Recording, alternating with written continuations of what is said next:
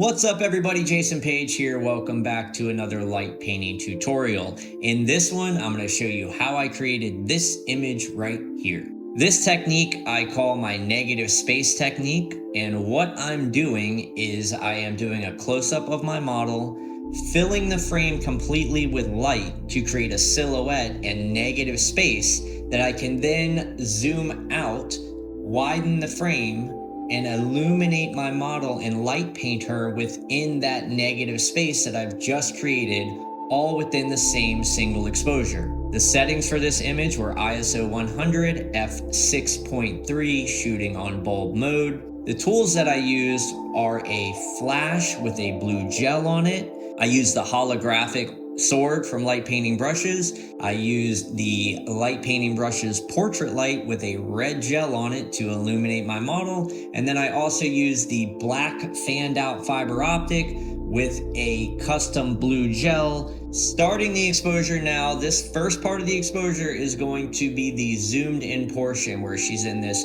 praying type pose. What I'm doing is backlighting my model. I'm gonna hit her with one pop of the flash from behind with the blue gel on it.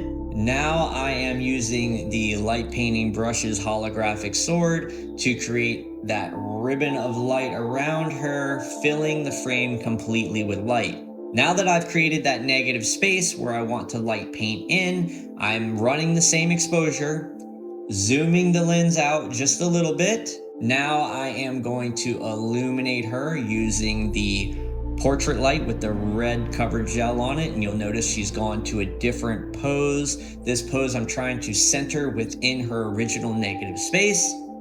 Now I'm coming in with the black fanned out fiber optic with the blue color filter on it, stopping the exposure now, and this is what we get.